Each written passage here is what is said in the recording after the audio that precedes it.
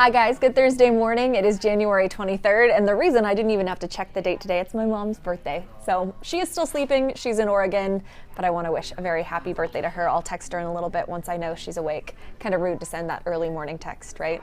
Yeah. Thank you for tuning in for our update. The way this works, we are talking about the stories that you're clicking on khou.com, that you're sharing via our Facebook page, maybe on Twitter, and we're trying to get that conversation going. So if you have comments or questions, or you want to yell like the people around me in the newsroom, leave them down there and we'll circle back. So we're starting with a story out of Puerto Rico. Someone jumped off a cruise ship. We're talking a 10-story drop, and right now the U.S. Coast Guard says it looks like a clean jump. This is information from David Begnaud. He's a CBS News correspondent. So according to the surveillance video, the guy, a 46-year-old, dove 10 stories, 177 feet into the ocean. They did recover his body. Obviously, you're not going to survive that. There's an investigation going on now into more of the background there, but this is something you guys are clicking on and sharing. Another story I can tell you has an update. You guys have been sharing this all day yesterday. This is Kara Lynn. I might be mispronouncing her name. Mawai. She's 30 years old. She's a member of the Standing Rock Sioux tribe in North Dakota, and she's been missing for 2 months. She hadn't been seen since November 8th, but she was just found yesterday in Dallas. So we put out the word yesterday that she hadn't been seen, that the tribe was trying to get the word out, and you guys answered the call, shared, and I think that's why it's getting so many clicks this morning, and we're happy to provide that update that she was found in Dallas, and she's safe. So good news there. I don't think there's any surprise that we're talking about this next story. We've been talking about it since Monday. Any guesses? Yes. We're talking about DeAndre Arnold. He is the teen in Mont Belvieu who has this conflict with Barbers Hill High School. The district says he has to cut his locks to comply with the dress code. That amendment was just introduced last month, according to his mom, and it says that male hair, just to clarify, male hair cannot be beyond the ear, has to be above a shirt collar. Now he's been suspended. The district says he's not going to get to walk at graduation unless he cuts his hair. He is calling the policy sexist. He doesn't understand why girls can have long or short hair, whatever they want to do, and he has to cut his. So DeAndre Hopkins, the Texans star, tweeted yesterday saying, don't cut your locks. It doesn't seem like either side is really budging on this. We've heard from the district superintendent now, as well as DeAndre, and you can read from comments from both of them in the link up above. Just go to khou.com. This has been our top shared story for several days. I would say overwhelmingly on social media. I mean, it's my job every morning to kind of go through the comments and see what folks are saying. People support him and don't think he should have to cut his hair. There are folks who say, okay, when you go out into the job market, you have to comply with whatever your company says. In this instance, this isn't a kid with a choice of where he's going to work. Gets to go to high school in Barbers Hill School District at Barbers Hill High. So let me know. I know we've talked about this a lot, but if there's anything that has been said by the superintendent or DeAndre in the link up above, if it's changed your mind, let me know. Forecast time is Addison all linked up. Oh, I see him. He's ready to go. We're talking about an end to the rain, Addison. This is good news. I wanted to go for a run after work today. Oh, you definitely should. I think you and everybody else is going to be out there later on this afternoon with the sun breaking through that cloud deck that earlier on today and yesterday did bring around a good soaking of rain, picking up well over an inch of rain right there at Bush Intercontinental. Of us getting a high temperature yesterday of 60 degrees. Normally we should be around 63, so we eventually did get up there, but definitely was a damp and dreary day. It was the perfect day to stay inside, relax, maybe just catch up on some shows, make some soup or go order some soup because it felt like a soup kind of a day out there. But today, the skies are clearing on out. You can see how it was over the past about 12 hours or so. That milder air, that moisture-laden air getting pushed to the east, that cold front pushing on in from the west. And we can still see some lingering clouds like out there across in the Herman Park area. You can see that cloud deck just kind of hanging around up across the medical complex. But for the most part, the showers are a thing of the past across southeastern Texas. So in your weather headlines, we talk about how the showers are fading as the cold front's passing on by as we speak. We have a nice end to the work week. We're talking late today and in through tomorrow. High pressure building on in. But as you make your way in through Saturday into Sunday, that's when those rain chances will be on the rise, unfortunately. Now looking right here in the visibility, you can certainly see that we did have some poor visibility concerns in several spots, down around a few miles. Nothing too drastic, but we did have conditions improve over time. We can certainly see how it went through that time lapse right there. There were pockets of some dense fog we talked about earlier on today on the morning show in places like Conroe.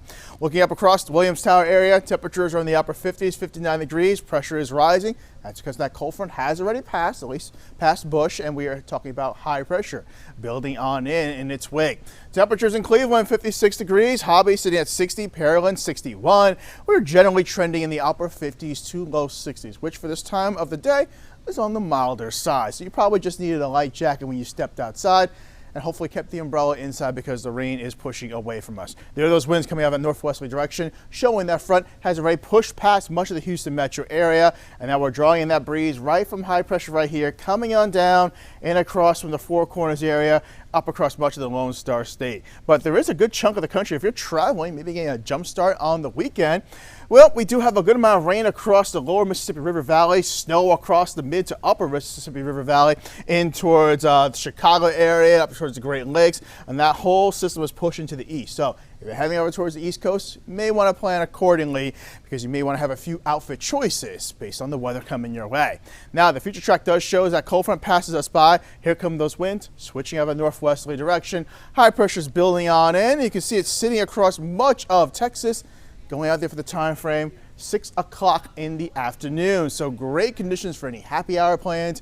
Want to go out for a bike ride, a jog, just a nice stroll. Even the ground should be drier, so that way you don't have to deal with any muddy patches outside in your neck of the woods. But as high pressure steps aside, we bring in this onshore flow back into the picture. Time frame Saturday around 4 to 5 o'clock. Although the initial precipitation right here will be maybe like a more mistiness, then we'll talk about how the rain starts to push in across the area, more moderate to heavy, but it's going to be less drastic than what we had to deal with yesterday where we had all those torrential downpours. But nonetheless, scattered showers do return for the weekend ahead.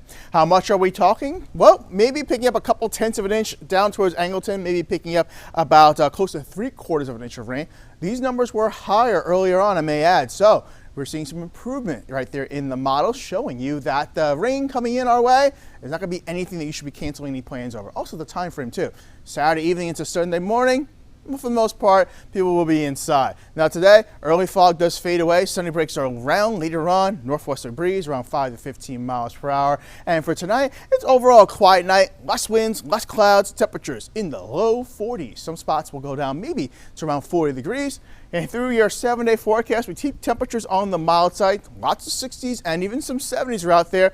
Monday and Tuesday's time frame is going to be looking pretty good until we do get the next rain chance coming on in. Well, I should say second rain chance coming on in because that's Tuesday afternoon for a chance for some scattered thunderstorms. But the first rain chance right there, Saturday afternoon into Sunday morning. So, Brandy, there you go. Make your plans for the weekend ahead accordingly. We do have to deal with that rain chance, but Friday into Saturday, you're going to want to be outside.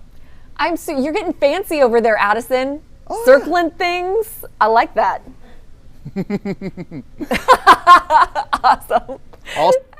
Addison, thank you so much. All right, we're wrapping up with a story that is also getting you guys fired up.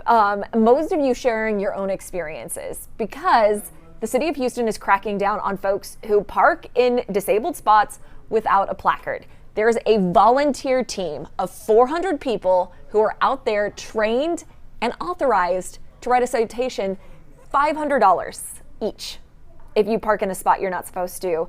And they handed out about 9,800 of those last year. So Xavier did the math this morning on H-Town Rush. That's about $4.9 million, he said. It's a lot of money. That sounds not right, but that's what he said. I should probably do the math myself. Anyway, you guys are sounding off with your stories about things that you have seen. I wanted to share one of mine. I took this picture a couple years ago, actually in our area, kind of west of the Galleria. So it's a Hummer, double parked across handicap spaces. I walked around. There was no handicap placard. It's bad news. So just don't do it, because you could be one of the folks who is getting one of those tickets. Oh, also, it's worth noting, if you want to apply and join the volunteer corps, you can. They're looking for more ticket writers. So that link is up in our web article that we've shared.